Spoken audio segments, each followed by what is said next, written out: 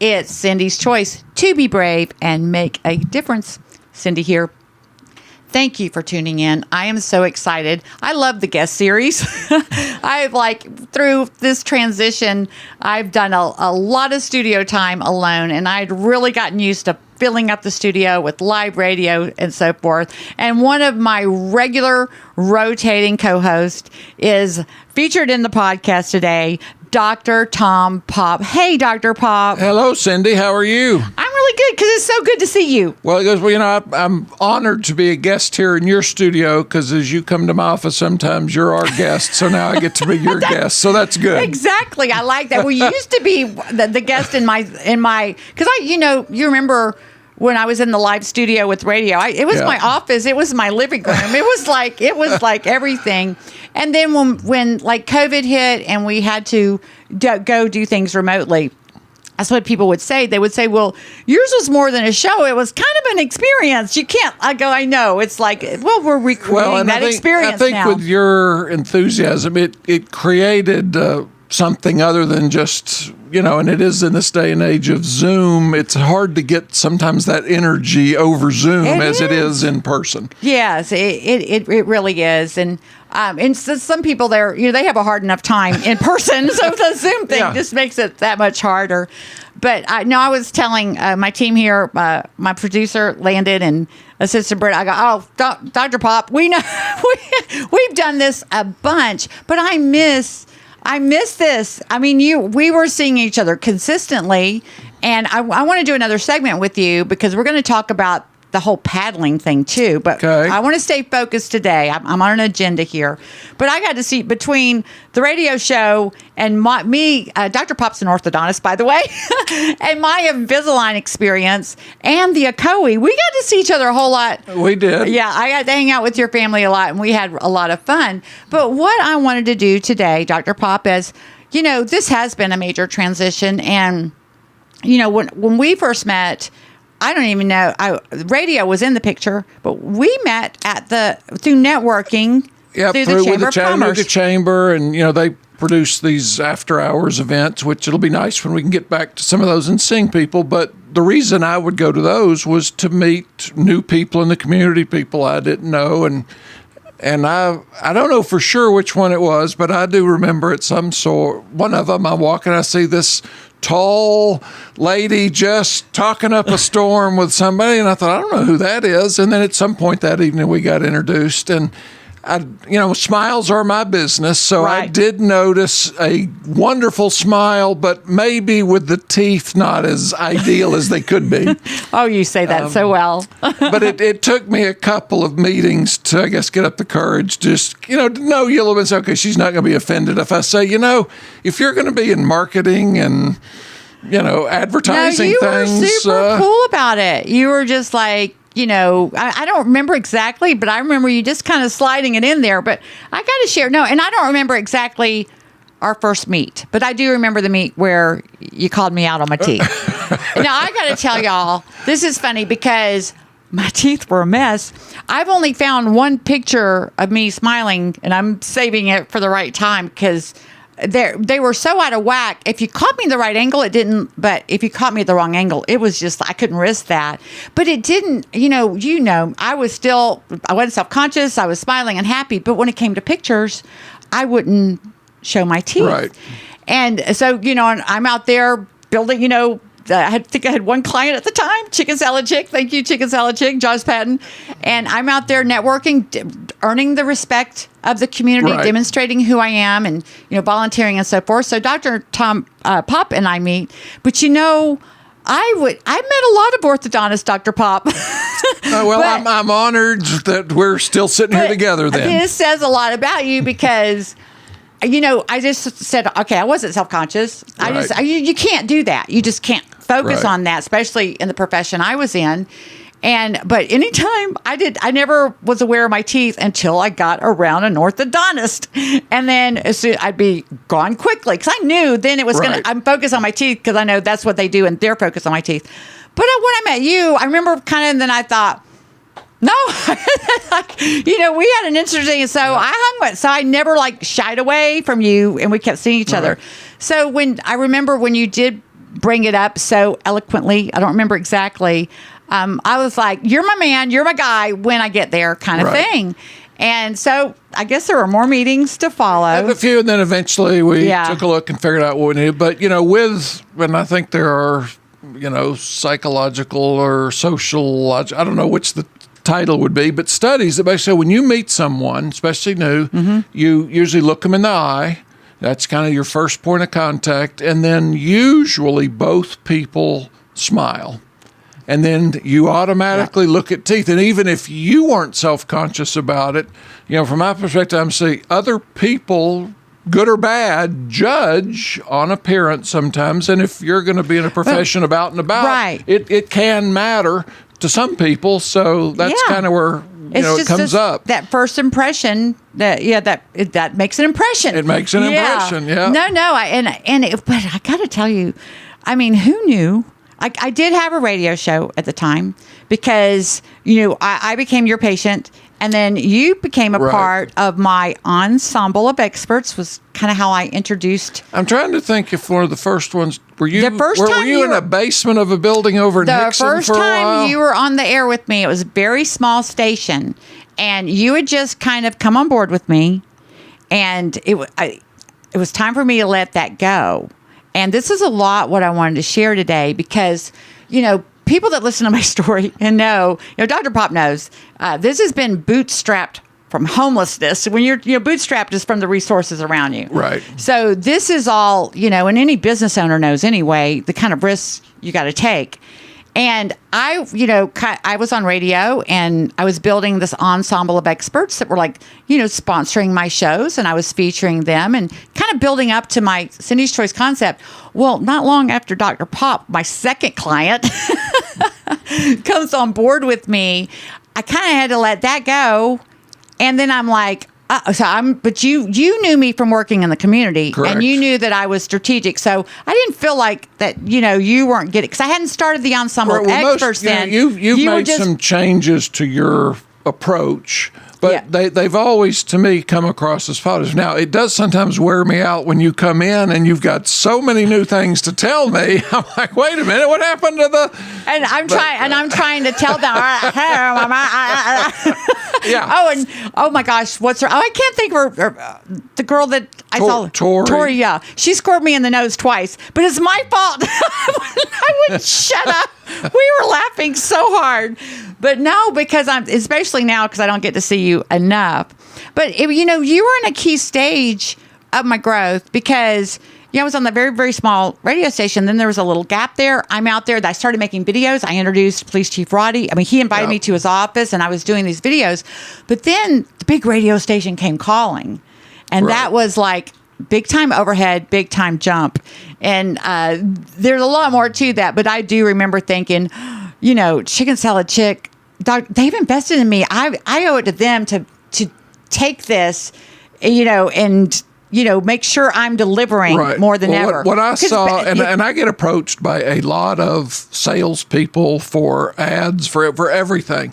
What I saw a little different with you is, yes, you were looking to have a business, grow a business, but almost before that, it was you're still trying to provide good for the community. That almost outweighed Dr. Popp, I want you to pay to be my client. It's like you're doing all these things that are good for the community, and there is a difference in just selling something and doing the greater good. Exactly, because that is what drives Cindy's Choice. It's like when you're one of those people that's out there doing that anyway, and then all of a sudden you're like, wait a minute, I need to make a living, and then you realize there's other people that are full time at making a living who don't get that opportunity. Exactly, it's the perfect match. I'll do that for you, and now the platform where it's gone, like I said, you met me in the beginning. It was me and the community and the small radio station. Right. And then I stepped over to Cumulus outside with Cindy. We're going to talk about that. We're going to talk about, you're going to love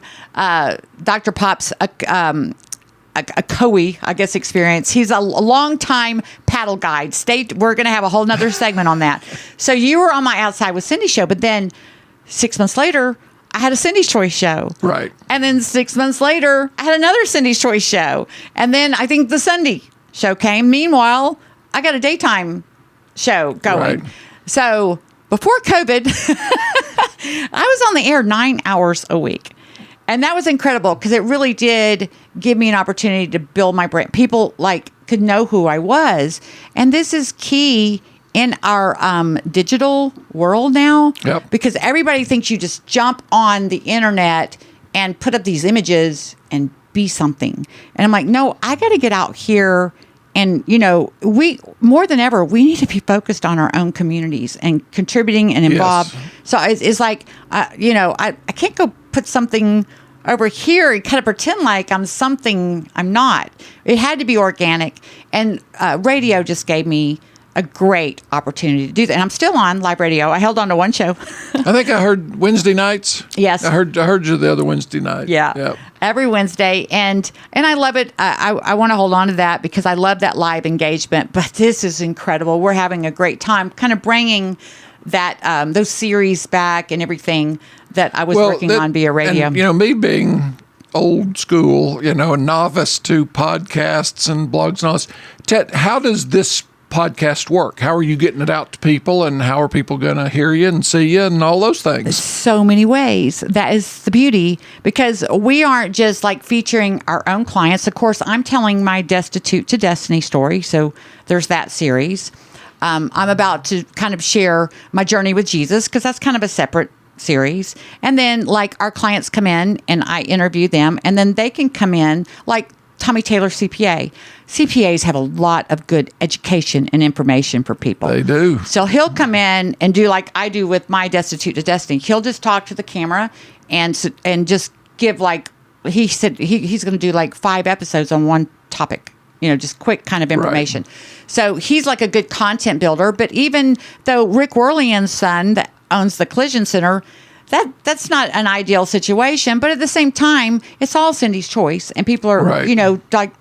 Then Tommy's representing Cindy's Choice, and so we're using the platform for the Cindy's Choice Network clients, but also we're also producing series for other businesses and organizations. Emerson Russell just bought Boyd Speedway across the street. How convenient is that? Yeah, and Cindy's Choice is so proud to be producing the Boyd Speedway podcast. So look at all this, we deal with. They just got to show up and talk. And just like right. I used to get to do, I got so spoiled at Cumulus Media, WGOW, Talk Radio 102.3 FM. Love you guys. Because that's what I just showed up and talked. Yeah. But now this has been a huge transition. It was the first thing I did was go invest in the equipment. And that was easy enough. The challenge, you're a business owner, you're building. It's always about the people. It's about the people, but it looks like you got some good ones here now. I got some good ones, but that's a big step of growth when you start at it. That's where I've always tripped up before and couldn't really grow bigger than myself, as I couldn't get the right people. And now that's coming together in a crazy kind of, and I'm just going to attract more like them. Right. And honestly, your vibe, everybody is, like I said, I'm laughing in the chair, getting water squirted because I have the really, really, authentic. We take the approach. One, we do care about people. Yes, it's a business, but we want to take care of them. But most people don't really like the dentist a whole lot, so we try to go out of our way to make it as fun and pleasant as possible. Yeah, you still got to put up with a few things that just aren't, what you would consider a day of fun, but it can be okay. So we try to make sure we do that for both the kids, to adults. So, and getting people like you in there, that just adds to that fun and excitement. So, but they don't like it when you come, actually, because, oh, great, Dr. Pops can end up talking for 30 minutes and get behind again. So, well, last time I was pretty good because I knew you were coming on. I'm going to save it. I'm going to save it all. I know you're coming. Yeah. So, because there are always, because I got to share at one point, I was sharing my kind of complete story with someone, and I didn't realize until I was like, oh my goodness, it has been these constant stages of, oh, get here, but then you got to fall back. Right. Oh, get here. And then of course, COVID was I was here. I was taking off, and then, whoa, you got to fall back. But I remember, Dr. Popp, because you had to fall back. Yep. Yours was hit really hard. And I lost I didn't lose half my clients. I kept them, but they were hit had hard. To reduce some of their. Yep. But what we had in common is we both embraced the challenge. Yeah. I had a couple of exchanges with you, and you were rolling with it. And I know you have a lot of employees that you're responsible and for. You feel responsible, and you're like, okay, well, this is out of my control. The governor says we can't work. What are we going to do? And we have come through it well. Still a challenge, right? But, I think it is, and that to me, you're the perfect example. It's not about the circumstance that deals you. It's about how you deal with it and your attitude towards it. And I heard a lot of grumping in the dental industry. Oh, poor us. Yes, poor everybody, but, do what you can and move on. And I haven't heard of, in dentistry anyway, anybody that's had to close their office. Yeah, it's been difficult, but people survive. Exactly. And it is about a perspective. You just have to embrace those challenges and move forward. But I remember us having, we were both just, well, let's, we got to go do what we got to do. Let's go do it, kind of thing. My staff laughs. I haven't used it as much lately, but had a little saying. I put my hands up and check and go, it'll be fine. It'll be fine. Whatever they would bring up and say, it'll be y'all fine. Y'all see me doing that. It doesn't mean it'll be the way we would like it to be, or to the very best outcome we would like. But it will be fine. It'll be fine. It'll be fine. It'll be fine. No, I love that, and it's because I got to watch. Like I remember, I wanted to get you on for something, but y'all were like, you were having to kind of rebuild out your offices to accommodate and create. Y'all really have done a great job. Right. We did a lot of just actual physical changes to distance people. We had kind of an open concept for a while, which was popular, but now we need individual rooms. So yeah, we spent a month, in COVID downtime doing construction to make it a better place as people came back. So yes. There's things like that have really helped. And now you're a family operation, which is pretty awesome. It is. You're the orthodontist. Correct. My son, Colton, is a pediatric dentist. So for years, I just did orthodontics as a specialty.